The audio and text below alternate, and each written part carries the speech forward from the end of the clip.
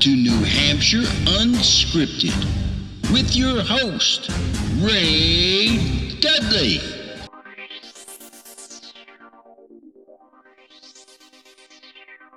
Brother, you there? I am just trying to figure out how to put my face. There we go.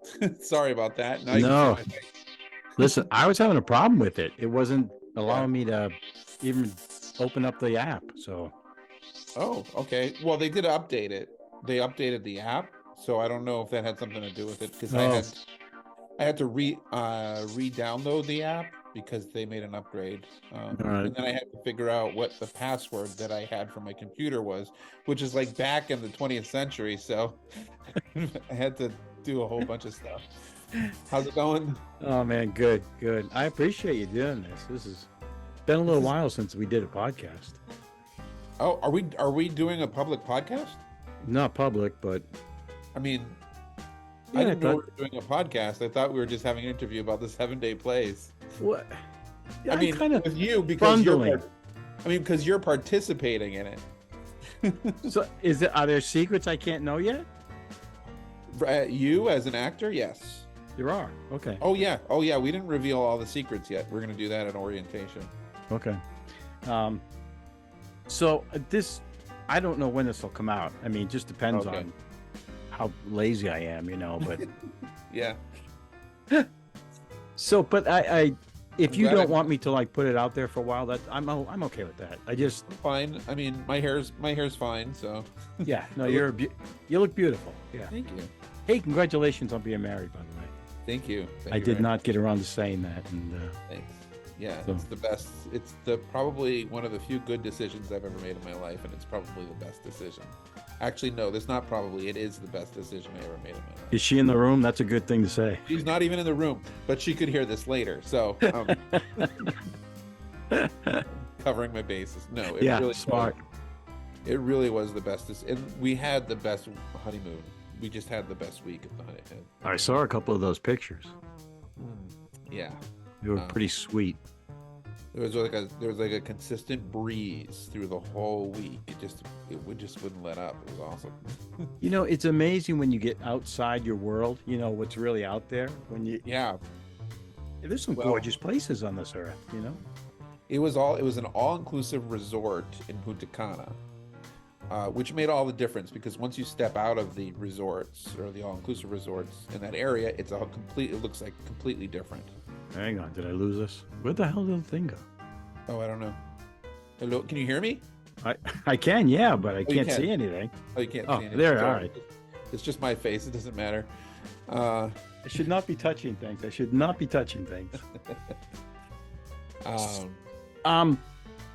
So I don't want to like drag it on for you here, but I thought it would make a really good subject for Yeah. a podcast, and Yeah. I'm working with KXL to Okay. do some podcasting from their studios down there in Concord. Oh, good. And this would have been a great one to do, but since it's coming up this weekend, I thought, Yeah. well, so much for that. Well, if you want to put this out before Saturday, I don't know how you would do that if you're. Well, I guess the actors are. I had asked the actors to put aside 6 p.m. to 10 p.m., but none of the actors are going to actually be rehearsed every night during the week. But none of the actors are actually going to be rehearsing those 4 hours. There'll be about an hour and 45 minutes of that time period. we're already into the topic. Hang on here. Hang on here. Sorry. All right, so let's start with, give me the name of what it is. Yep. This production. Yeah. It's called the 7-Day Plays. 7 day. All right. Yep, 7 days. And why? What? And it's just to be clear for the viewers, it's not a play that lasts 7 days. It's the play is just a one matinee performance of 4 short plays that are created in 7 days from start to finish, like writing, the rehearsing, and then the tech, and then putting it on. And the reason that I wanted to start this was because there is a very popular contest called the 24-hour plays, which I think is the copyrighted name. So some people do it as the play in the day, which is the same thing, but you have 24 hours to do everything. So you have 24 hours to write, rehearse, and put on in front of an audience a short play. And I had participated in a few of them as an actor, and in the last one that I participated in, I participated in as a writer, which is, I had never written a play before that would be put on. And to me, that was a really cool experience. Just, thinking about just writing something on paper, and then seeing it brought to life in a short amount of time right after that. And of course, since it was a 24-hour play, it's gonna be a little rough around the edges when you put it on, because everyone's learning the lines and the blocking and making decisions all this like in one day. But even with that, it didn't matter, because when I saw the play, I just thought any of the rough edges just were insignificant to me, because I was watching it being brought to life, and very skillfully so. And so I figured, if you could do that in a day, then doing it in 7 days will give people a chance to sleep, to think a little bit more, to rehearse a little bit more, to just polish the rough edges a little bit more. So for the audience, it would be more polished and even more enjoyable.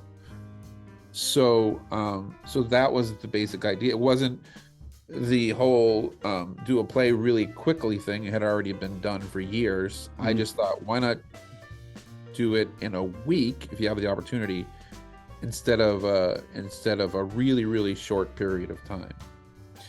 And I understand the logic behind doing it a short period of time is to see how much you can do in that short period of time.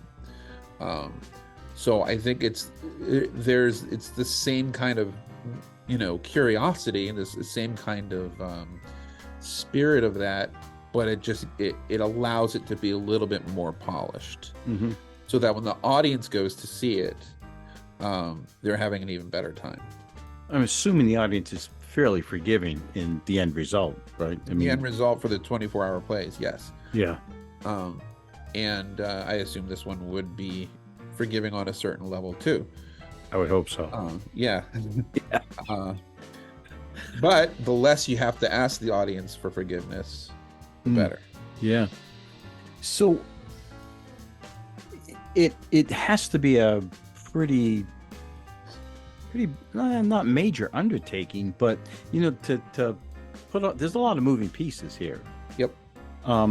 And so, well, before we get into that, give anybody who may eventually listen or watch this, give them an idea of what's taking place, like the progression of things that will happen.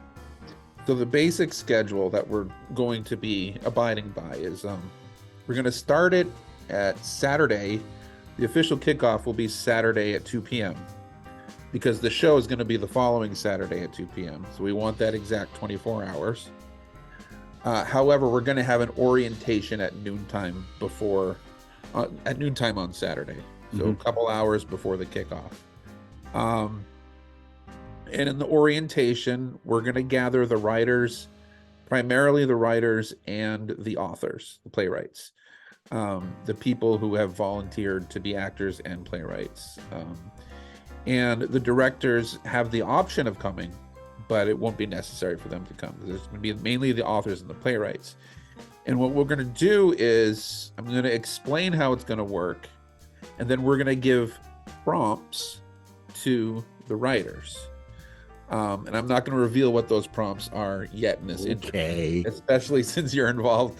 But we'll be giving a few prompts to the writers, and after that, the writers and the actors are going to get together and do interviews with each other, so that the writers maybe can draw inspiration from the actors, or get their, get what if the actors have any preferences or special skills or anything that they might want to, or special, like whatever they might need for the playwrights might keep in mind when they're writing. You know, and the actors can, you know, ask the playwrights for anything that they might feel like they might want to do in the show, and see, and, you know, just give information to the playwright basically about who they are as an actor and as a person, and anything they want to talk about. Is there a theme that There ties the different plays together? There will be, how can I put this? Walk carefully, brother. Walk carefully. Yeah, I know, exactly. There will be one element that ties them together. Okay. Which I'm not going to say anything more about. That's okay. But I get it. yes, there will be an element that ties them together. And so then, you know, once the interviews start with the actors and the writers, I'm basically going to be done explaining everything. They're going to be, and the writers can leave whenever they want to start writing. So they might have a little more than the time allotted to them. If they, you know, if they feel like they can start writing early, they can do so. They will have 24 hours to write a short 20 to 25 minute play from that point on. So from Saturday 2 p.m. to Sunday 2 p.m. they'll have that time. So the shows will be due in, the scripts will be due in Sunday at 2 p.m. Then the scripts will be given to the directors, and the directors will decide amongst themselves which ones they want to direct. You know, and hopefully there won't be too much fighting. I don't think so, because we're separating them. We're separating the directors. There's 2 veteran directors, and there's 2 first-time directors. And the veteran directors are directing scripts from the first-time playwrights. And the first-time directors are directing scripts from the veteran playwrights. So we also have 2 veterans playwrights and 2 first-time Interesting. playwrights. So there's kind of crossbreed. So there's not going to be a lot of selections to choose from.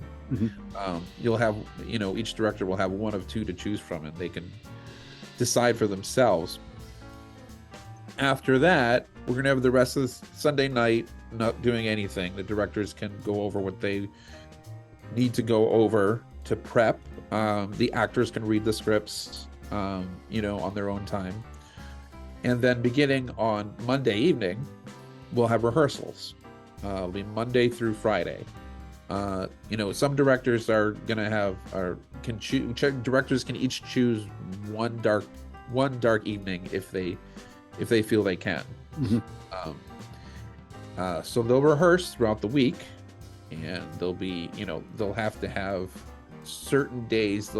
By certain days, they'll have to have certain things decided, like props and costumes, and things of that nature, so that we can go and acquire whatever that they don't already have amongst themselves. And then another day, they'll need to have all the tech requirements, like any sound files or lighting, things that we're going to do in the tech booth. And then just going to rehearse throughout the week. And each team will have an hour and 45 minutes to rehearse their 20 to 25 minute play every day. So every day they'll have an hour and 45 minutes. So that's Monday through Friday. And then Saturday morning is when we're going to do our tech runs. And each team is going to have an hour on the stage to tech their play. Again, these are short plays. So, you know, there's possible that they could get a couple of runs in there in that 1 hour, you know, in Q to Qs. And then we'll break for lunch around noon. And then actors will be called back around 1:30 when the house opens. And then at 2 p.m. is when we start the show. And then, you know, there's not going to be a lot of cleanup afterwards, because there's going to be no set on stage. It's just going to be the set pieces, like chairs and maybe some blocks that are made up to look like beds or a couch, you know. And so there's not going to be like a full set on stage. So that is the basic plan of what's going to happen that week. Is there any type of adjudication? What's the end result of the Saturday evening, just everyone's just happy they did it, or is there Yeah, something and well, formal? the end result happening? is just to put on that performance and to give the opportunity for those first time elements to produce their work in front of an audience. And so we'll have an audience, and it'll just it'll just be that one matinee performance, Mhm. and then everyone can go on their way having had an experience, and we'll see, what becomes of it. Do you think the largest do you think the writers will get the most from it? Is that the point, or do you? I I mean, think, well, what inspired me to do this was from the writing perspective. mhm. But I'm hoping the directors too, because the first time directors that we have, they're people who have been itching to direct. They just haven't yet. And the first time writers that we have have done directing, acting, like they're very ensconced in the theater community. They just haven't done the writing part yet. So it's not like we're picking people off the street to and say, hey, do you want to write a play? You're not going down to Dunkin' Donuts and just randomly grabbing people. Right. No. Good to know. We may be going down to Dunkin' Donuts for food during the show, but not for that. Yeah. So what I'm hoping will happen is everyone will learn a little. For the experienced people working on this, you got that time crunch challenge. So it's the challenge of doing everything in a shorter amount of time, and also the challenge of directing work that you haven't chosen with actors you haven't chosen. That's another challenge. And I think the two veteran directors we have are up for that challenge, because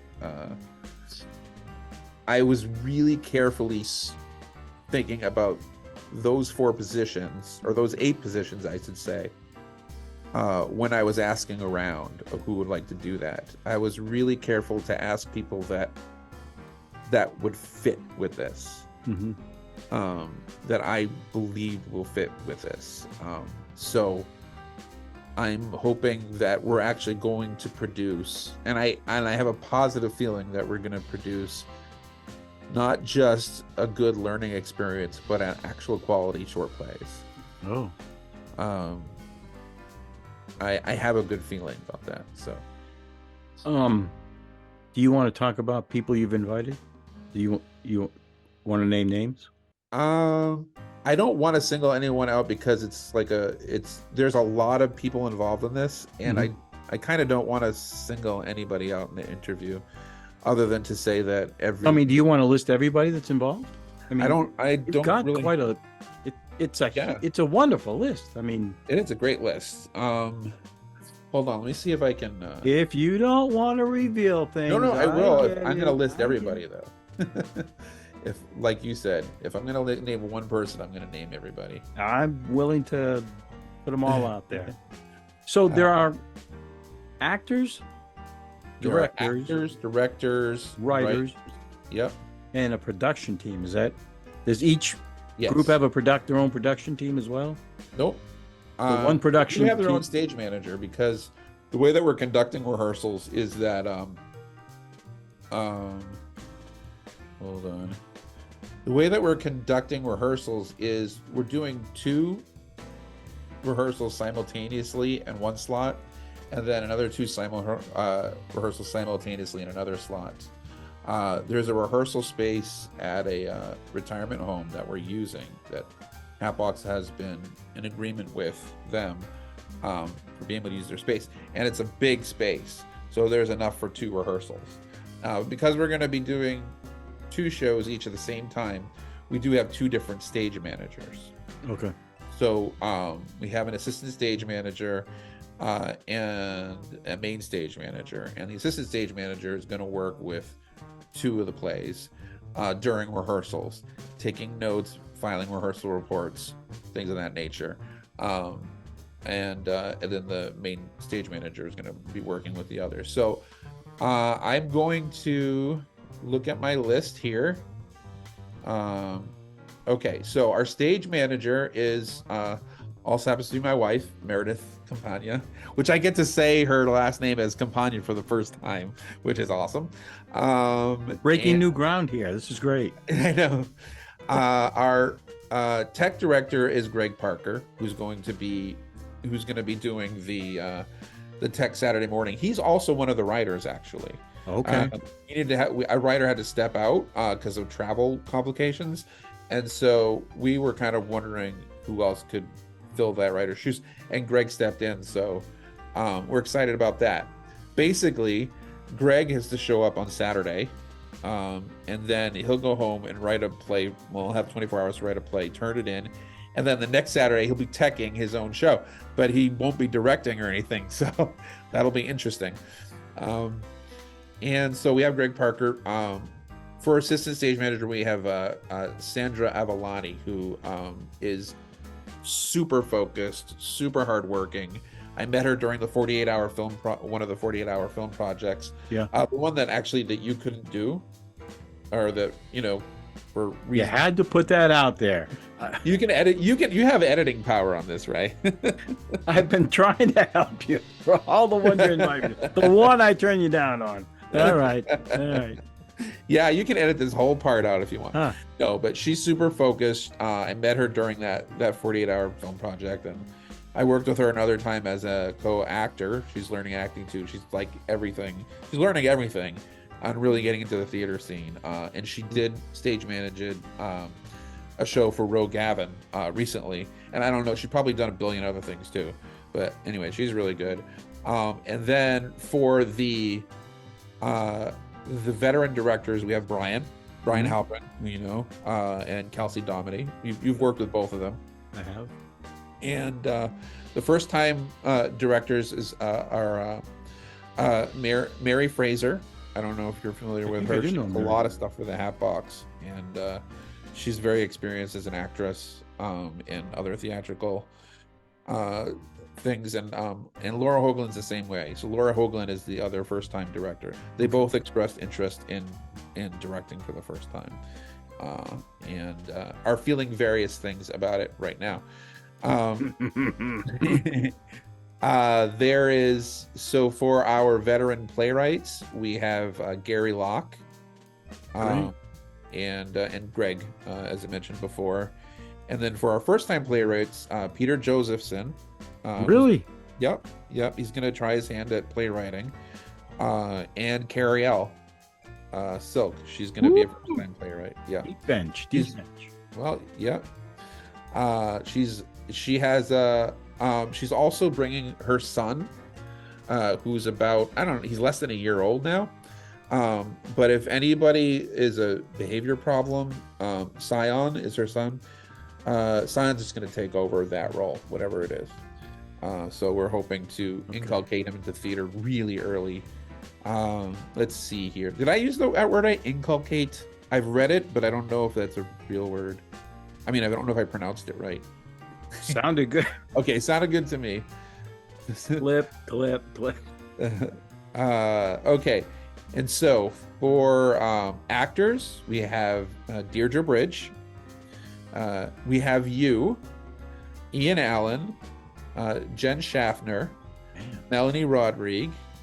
We have Dwight Stearns, Chris Savage, Amy Agostino, Deborah Lund, and Ryan Clark. Wow. They're like some of the favorite actors. They're all like some of my favorite actors that I've worked with before. That's incredible. So, when you put out your interview, did your invitation to anybody, was anybody that couldn't do it? Because that's an incredible list. Yeah, it is. There's a few people that couldn't do it.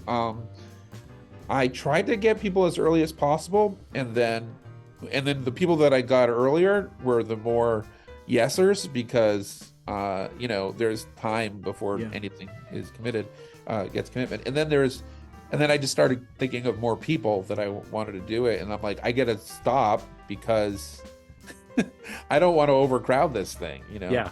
There was a couple people in my improv troupe that I wanted to ask that I never got a chance to ask. There's a couple of, and there was like all, it was too many people. So, but I think I can say this now. We are accepted for next year as well. Seriously? So, yeah. So anyone who couldn't do it this year, I'm gonna ask for next year. So Nice. yeah. I just didn't want to overload the cast with like Yeah. all these people. I don't know how you would assume how many you need anyway. I mean, how do you even pick that number? We want to keep the plays as simple as possible. So 4-person max in a in a single play, Mhm. a 4-cast max. And right now we've worked out the numbers so that we'll have 2 plays that are 2 cast members. We have 1 play that's 3 cast members and 1 play that's 4 cast members. And we'll figure out who's what at orientation, and I have a fun way of doing that, but I don't want to spoil it. Okay. Got you. That's interesting that you're already set for next year. I mean, that It's kind of weird the way it worked out with the way that the Hatbox chooses its seasons is in like, the spring or close to the spring, like April, March, April. So you got to pitch around that area of time. So we had to pitch. We still don't know how successful this one's going to be or how it's going to come off. But we have to, in the case that it really works out well, we want to do another one. I can't wait till after it to pitch the second one, so I pitched the second one before this one goes up. So, hopefully it'll be good. yeah. I have a strong feeling it's gonna Dude, you're coming out of the gate strong. I mean, my gosh. Yeah. So, we'll see, Yeah. So what do you think, a couple of questions. What do you think will be the most difficult component? The writing or the staging, or in your gut feeling? What do you think? If there's a minefield, I think the most challenging component, it depends on what position you're talking about, I think. Because I think people in the position of, well, I'm a first-time writer or I'm a first-time director, that's going to be challenging. For everybody, I think the most challenging part will be dividing the time effectively, or trying to divide the time effectively. Just time management itself. Time management Yeah. will probably be because even the actors have to memorize their lines. So there's, imagine they're going to have to, if they're not like some actors who can just read it once and then know them, which is most actors, it's not most actors. They'll probably have to divide up some line memorizing time, So, we know of one play that's going to have a dark day on Friday before the show. You know that already? We know that already because of the director's schedules. Got it. And so that that would give the cast opportunities to just drill lines and prep, rest maybe a little bit before the show. But I think the most challenging part will be time management. Would you, down the road, since you have this opening for next year, would you like to expand it at some point if it works? Is part of your desire to make it more inclusive, have more people involved, to make it a bigger thing? Yeah, I don't have a feeling about that yet. I think my mind is in a state of let's wait and see. Like for a lot of elements in this, because it's, even though I've done a lot of 24-hour plays, I've never done a week one, and I don't know I don't necessarily know what to expect. I don't think any of us do, because I've never heard of someone doing this as a week-long thing before. So this is in a way it's experimental, because we're going to find out a lot of like Mary and I are going to find out a lot of things that worked, things that didn't work. We are 90% sure we're going to ask people to fill out like a post-mortem questionnaire but I always say that, like, the greatest test is the audience. Yeah. So in terms of whether it's worth producing again, I think the audience will have a lot to, and it's not necessarily what they verbally say, it's what you feel like. I think the vibe you get from the audience, Are you having any numbers yet on audience? I mean, I know it's I haven't asked yet. Okay. I haven't asked about pre-sales yet.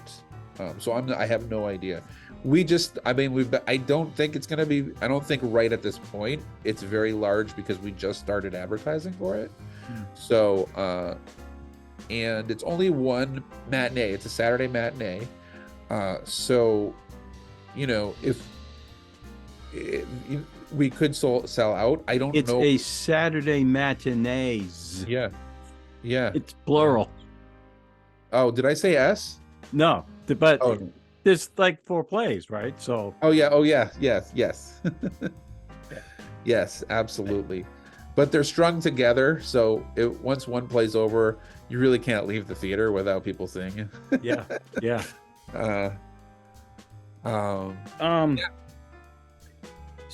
The audience.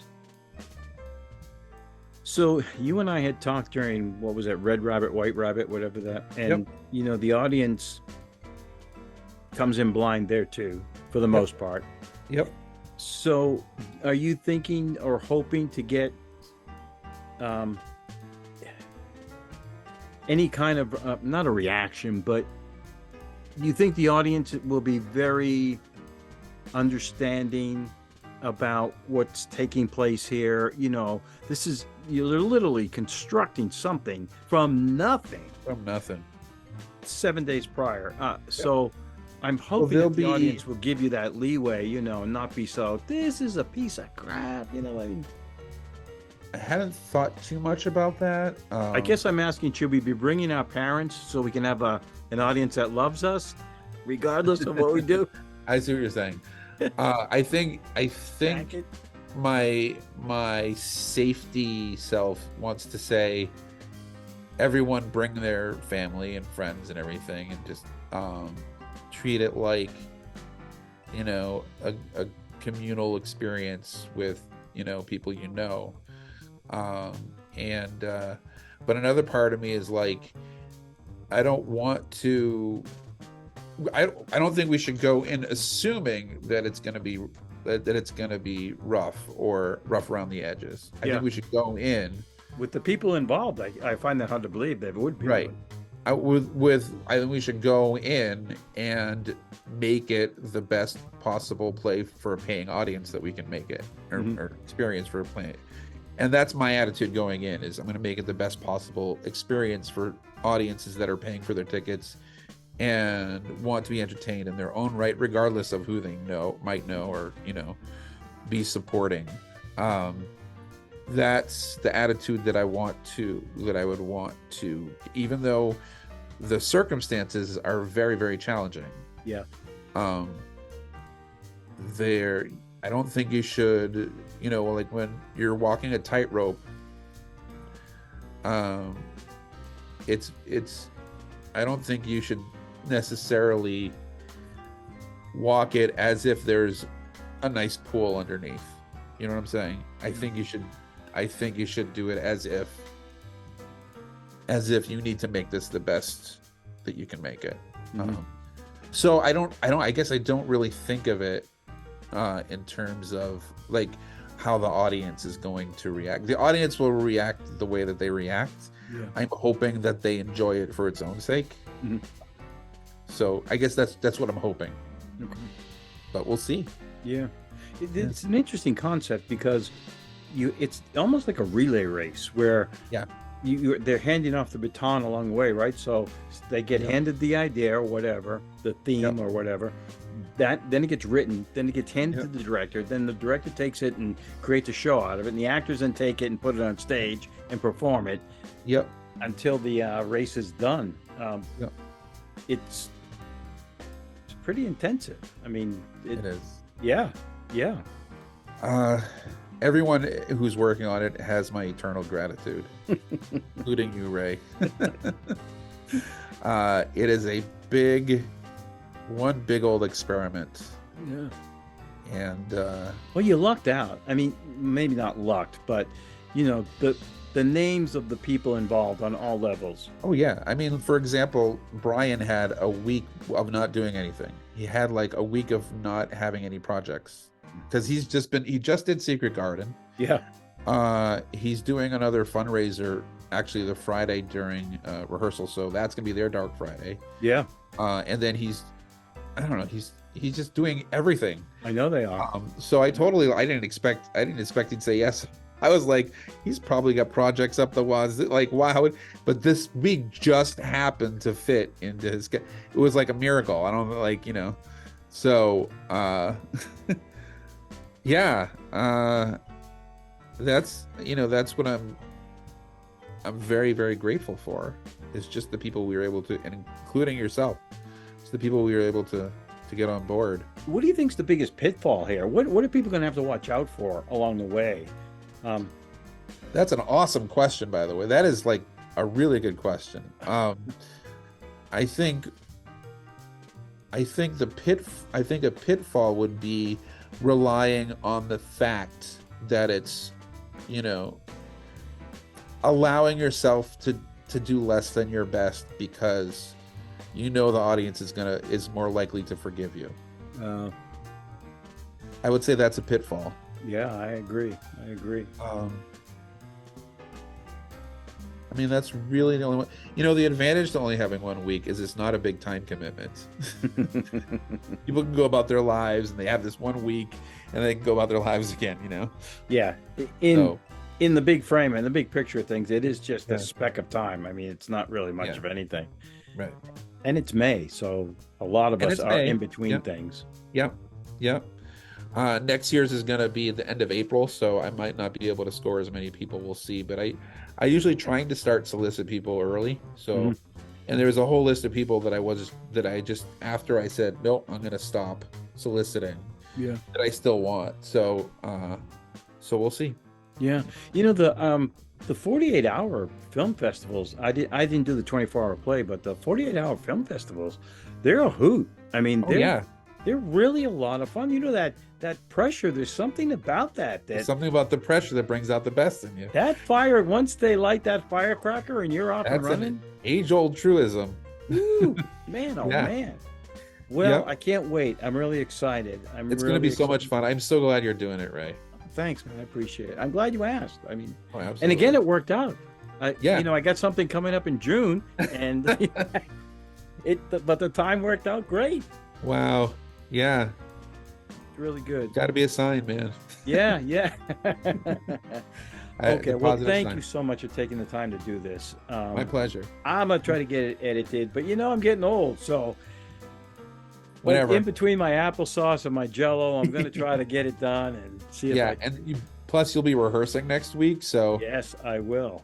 But it will only be for an hour and 40. That's why I started talking about that. Mm-hmm. I was wanted to comfort you in that it'll only be an hour and 45 minutes of rehearsal. That's okay. I'm okay with that. I've already warned my wife. Give me a week. I'm out of the house. I mean, it's better than a tech week because tech weeks you're there like all night, Yeah. Basically, so I don't mind a 2-hour rehearsal. I really don't. I mean, for most of us, that's a walk in the park. I know. And it's just 1 week. Of course, only 2 hours, if you look at it the other way, is not a lot of time either, No. Okay. Well, my friend, thank you again. I appreciate it. Thank I'll let you know when this puppy goes live. All right. The posters came out great. They look wonderful, by the way. Yeah, Michael Dominy did those. He did? Yes. Man, the Dominies are on a streak. They're pretty hot. Yeah. Like in terms of the play world, but Michael's always been. He did. He designed the QCI logo for Queen's Improv, the one that the improv troupe are doing. I didn't know he had that kind of background or expertise. Yes, so I don't know if you've ever seen that logo. Yeah. Oh yeah, he designed that. Man, it's a good thing you didn't ask me because I can tell you exactly what he you was actually in the troupe for like a week. he had to, he had other commitments that he had to attend to, but for that 1 week he was actually a troop member, and he, so that was cool. Worked for you. Yeah. Yeah. All right, buddy. I won't take up any more of your time. All right, man. I was curious, and I thought this is a great subject, Yeah. Oh, yeah. And I've been waiting to do other podcasts, but because the radio station wants to do them, I didn't want to keep doing Zoom calls. But it would be interesting after if we do another one after the week, we do a before and after thing, because you'll be involved in it, so we can both kind of have an equal. It would be a great chat. Yeah. I would love to pick your brain when it's done. And I would love to pick yours. I think we have a one-on-one. I'm sure you'll be taking copious notes. So yes, it'll be a great topic. Yeah. All right, buddy. Looking forward to it. All right, man. Have a great night. Thank you. Do. Tell Meredith I said congratulations. She married you. I don't know how that happened. I'm the one who should be congratulated. Yeah, you married up. Yep.